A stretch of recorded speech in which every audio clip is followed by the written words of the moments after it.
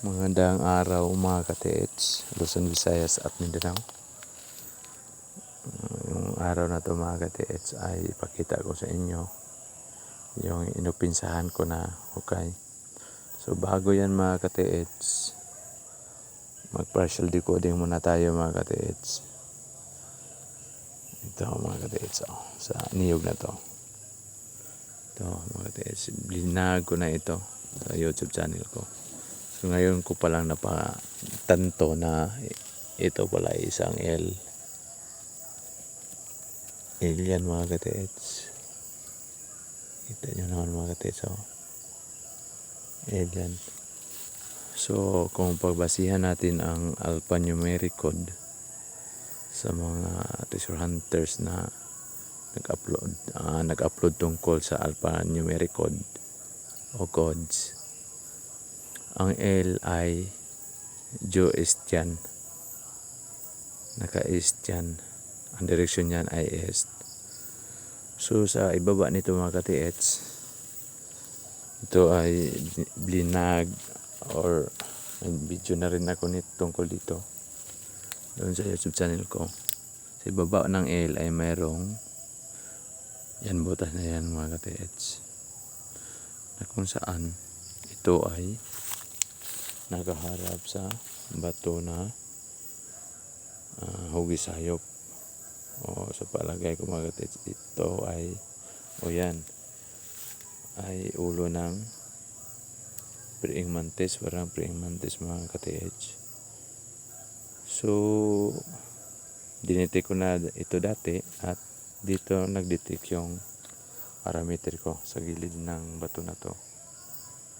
Yan, kung saan tamang-tama, kung saan lumingon yung praying mantis, doon din ako nagkukay. So ngayon mga ka-TH, pakita ko sa inyo ang mga bato na natipa ko dyan sa bato na yan, sa bato na ito. Ito mga ka-TH, para siyang galing sa dagat mga ka-TH. Tingnan nyo mga ka-TH, galing sa dagat mga ka-TH. At ang nagkamangha mga ka-TH, kahit na ito ay matigas mga ka-TH, matigas talaga ito mga ka-TH. Bago ito ng aking maso at saka silisil, matigas ito.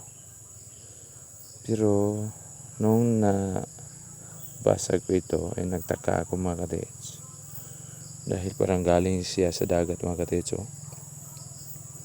At isa pa mga ka-TH, in between sa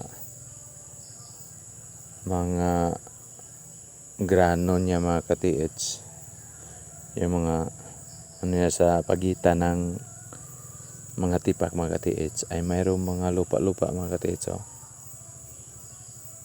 Talaga nakapagtataka mga ka-TH. Patigas ito mga ka-TH. Ito na po ako. Tingnan nyo mga ka-TH. Galing talaga sa dagat mga ka-TH. So ibig sabihin mga ka-TH, para sa akin lang ang bato na ito ay kusang ginawa mga ka-TH. Ito ay isang man-made na bato. Man-made ito. Bakit? Kung tingnan natin yung pagitan ng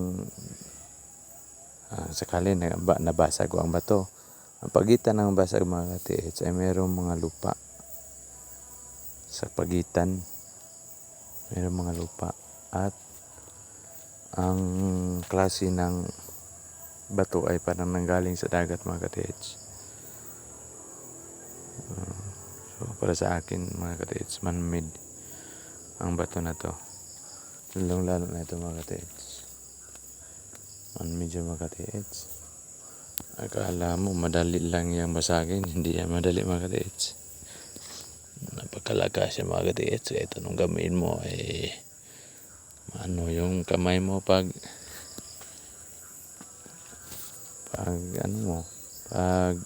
hilain mo yan siguradong masugatan yung kamay mo mga ka-TH. Tigas yan mga ka-TH. parang siminto. Man yata ito mga katetso. Para malaman natin na yan ay siminto o hindi. So magdala ako ng muriatic acid mga katets. Para kung malakas ang bula niya, so ibig sabihin siminto yan. So sana mga katets, pagpalain tayo ng buong may kapal mga katets. At pakakita tayo mga katets para kumanda namang buhay natin at paaral natin yung mga anak natin. Basta kung bigyan man tayo mga katits, mas maganda. Kung hindi naman, okay rin. Okay lang din. Kasi hindi naman natin hawak ang kapalaran natin eh. Ang may hawak sa ating kapalaran kaya ang ating buong may kapal. So hanggang dito lang mga katits. I-update ko na lang kayo kung ano ang pag maalis ko ang bato na to. Mga katits, maalis ko na ito.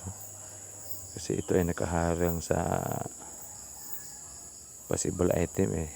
Doon nag-detect yung ano ko eh, locator. So pag maalis ko na ito, i-update ko na lang kayo mga katits. Ano man ang makakuha ko dito sa ilalim.